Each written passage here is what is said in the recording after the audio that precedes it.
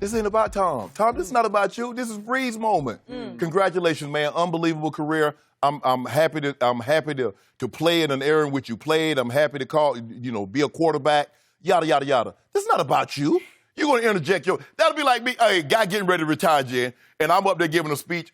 Bob, you had an unbelievable career. 30 years of great service, but you know my career is going to be just as good as yours, bro. Bro, it ain't about you. It is not about you, Tom. Let this man have his moment. He's trying to be funny. No, don't be funny. You can't be funny in someone else's moment. Okay. You be funny in your moment. And Skip, look, I happen to be, Drew got drafted in 2001. I went back to the Broncos in 02 and 03. Skip, I didn't see this. As a matter of fact, I didn't think it was very good because we played them in 02. Yep. No, 03, excuse me, my last year. Skip, he started the first game. We beat the brakes out of him. He ended up getting beat. Then started Doug Flutie. And now, I want people to understand this. Under Drew Brees' watch, they got an opportunity to draft Eli Manning. That means you got to be pretty bad to get the number 1 overall pick. Am I right, Skip? You're right. I did not see this coming. Anybody that say they saw this coming from Drew Brees is lying. If Sean Payton tells you, Mickey Loomis, anybody in New Orleans, Skip, because he was only given a 10% chance of ever playing. He's supposed to be playing golf. His shoulder went the wrong way several times, trying to recover fumble the last game of the season against the Broncos one year. So, Skip, for him to do what he's been able to do at the size he's been able to do it, because he's really the first quarterback at that stature. Yep. Most quarterbacks 6'2", 6'3", 6'4", Skip, being able to throw over the top. But Drew has found a way to throw through lanes. He made it in vogue for guys like Russell Wilson, guys like a Baker Mayfield, a Kyler Murray. Because before all of those guys, it was this little 5'11" or however tall he is, Skip, guy. I think he's 6. You will give 6 or 5'11"? I think he's a little over 6. And I've stood next to him a number of times. He's a little taller than you think he is, but go ahead. He's still short for a quarterback. Listed at 6 feet. Yeah. So that means he's 5'11" and a quarter. So whatever they list you as, it's not like the NBA, Skip. They actually list your actual height now. They give him a little. Skip, look, and watching him last night, it was surgical.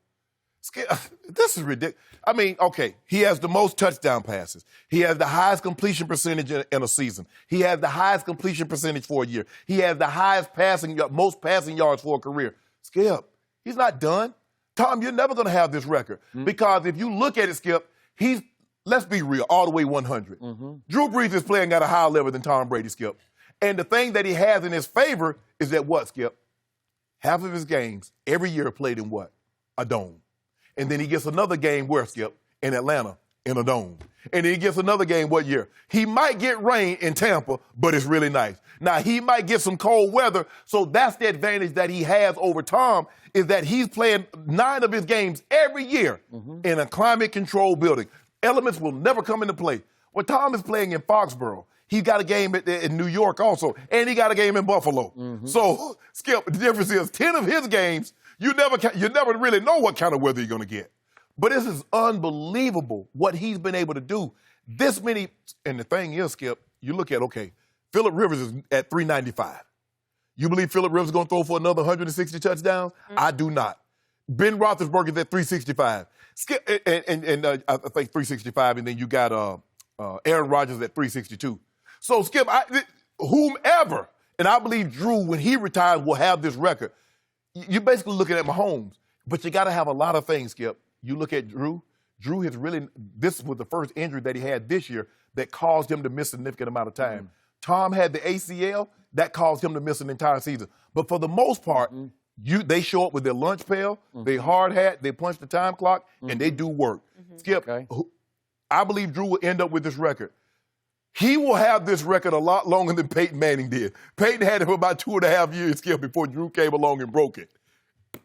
He's going to have this. The only guy I can see that can come close right now is my homeboy. Nobody else is going to get close to that. So I must have missed the story. Brady announced his retirement? I missed it. I did not know. You believe? Congratulations, Tom, on a great career. I'm sorry it's over. Hold on. Shannon Sharpe just retired you. Let me ask you a simple question.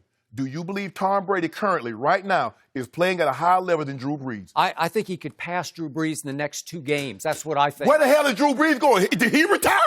Okay. You do. He has 2 games left too, right? Okay. He's got 2 games on the road, and Tom's got 2 at home, including one against the Miami Dolphins. And he got one against the Buffalo Bills. Okay. Well, I'm just saying. I won't be surprised if he throws 2 against the Bills and 4 against the Dolphins. I just won't be surprised. How many are you going to throw against Carolina? Well, who? Drew. Oh, I don't know. But he's got 2 fairly hard. At Tennessee is not easy. No. He might not throw any there. Yeah, I mean, hold on. Did you just see what D-Watt did? Yeah. Okay. We'll see about that. Okay. I'm penciling him in for 2 Okay. My turn. Okay. So I will concur with your big picture takeaway on Drew Brees, and I am with you. I went out of my way when I was a columnist at the Chicago Tribune to go up to Northwestern one Saturday because I just had to check out this kid at Purdue named Drew Brees. I just wanted to see what he looked like. And he looked smallish, and he didn't have much of an arm. So little man without a big arm, I'm thinking, I don't know. He was pretty athletic. He can move around a little bit because he's a pretty good athlete. He was, yeah. And he was very competitive because he loves to compete at basketball or tennis or whatever. He's hard to beat in any game of skill for a little side wager. Right. Okay, so I saw all that operating, but I didn't see Tom Brady. I didn't see Aaron Rodgers. Mm-hmm. I didn't see Joe Montana, even for a small man. And then, to your point at San Diego, I just didn't see much of anything. I didn't either. I didn't see that coming, which is why Sean Payton, I'm sure he's got a big ego, as he should have. He's earned the right to have a big ego. But I think he takes a lot of credit for having made Drew what he is. He should. Okay, because he's still a little man without a big arm. Right. And yet, how they do this is shocking to me. How they just it's machine-like how they manufacture touchdown passes, especially in that dome. Yeah. Okay, now back to Brady's tweet. Mm-hmm. It was not your typical, classy, way to go, Drew kind of tweet. Yeah. I agree with you. It came off like a little jerky, if you will. It came across like there was a little psycho Tom operating in there where that supremely proud, crazy competitive guy couldn't help himself when he hit send because he was basically saying, congrats, Drew, but it ain't over. Right, exactly. That's what he was saying. Yes.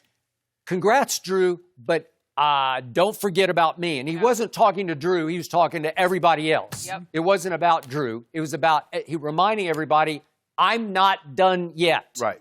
And the other part, the flip side of this was, I was shocked at how Drew reacted after the game because I thought he would go more Brady-esque and say, look, this is all nice, but we have much bigger goals this year. Okay. This is about us getting to that Super Bowl and winning that Super Bowl. Correct. And I thought he would make the whole postgame about, we're proud of this for this small moment here, but we got so much more to do.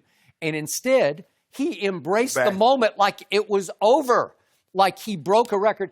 Look, this is so weird right now because it's not like Barry Bonds passing Hank Aaron's 755 home runs, where Hank is long gone and there's nobody on Barry's tail, right? Right. Skip, I was debating with a guy this morning. He was talking about the record. He said Tom Brady and Drew Brees going back and forth with the touchdown kind of reminds you of '98 when Barry Bonds and Sammy Sosa. I say it's not even close. I say because baseball records are storied. They mean something. Okay. That home run record, that consecutive games. Nobody can tell you off the top of their head, Skip, how many rush yards did Emmitt Smith have? Or how many receiving yards did Jerry Rice have? True. But the baseball, Skip, that means something. Okay. So Drew came across last night like he sees the finish line, like maybe this is his final year. And I'm sure they are just driven. They're on a mission to get even for what happened to them in the NFC Championship game and get to that Super Bowl. So I get that. But he didn't make it about that. He made it about him after the game. And it shocked me because it might be a last hurrah. Like, I got this even for a moment, so I'm going to be proud of it, at least for tonight. Right. Okay, now let's get back to these two marks that sit here at 541 for Drew and 538 for Tom Brady. Tom is also trying to remind everybody between the lines that his 538 are far more impressive than Drew's 541. Because, remember, Drew Brees has played 10 fewer games, this is only regular season we're talking about, 10 fewer games than Tom Brady, and thrown 167 more passes than Tom has in his regular season career. Wow. So think about this, 10 fewer games than Tom, 167 more attempts than Tom. Why is that? Because Drew plays in a pass-crazy offense directed by one of the best play callers in football, who is just He is head over heels in love with throwing the football, Yep. Sean Payton, right? Yep. And to your point, he's playing in a climate-controlled dome with one of the loudest crowds in the country. Right. And it can just explode with touchdown passes on that fast track. Right. Once he gets going like he did last night, like Frank Reich said after the game, once he does this to everybody here. Right. Once he gets going, there's really not much you can do about it, right? I mean, that was his 25th game in Skip, in which he's had 4 touchdown passes and 0 interceptions. Okay. So think about this. Drew Brees in that dome has thrown 272 of his touchdown passes. On the road, just 189. Not bad, but not great. Tom Brady at home has thrown 264 touchdown passes. On the road, he's thrown 274. So he's better away on the road than he has been up in Gillette, which is not ideal conditions, summer or winter, because you get rain or snow or wind, or as you well know, as you pointed out. Right. Okay? So the point is that Brees, you have to devalue his achievement, not his overall achievement in his career, but those numbers. Like I'll take Brady's 538 over his 541 right now, and I'm here to tell you, Brady is saying, I'm going to play 3 more years. You're trying to retire him now, and you think he'll go somewhere else. Right. Well, this is just beginning.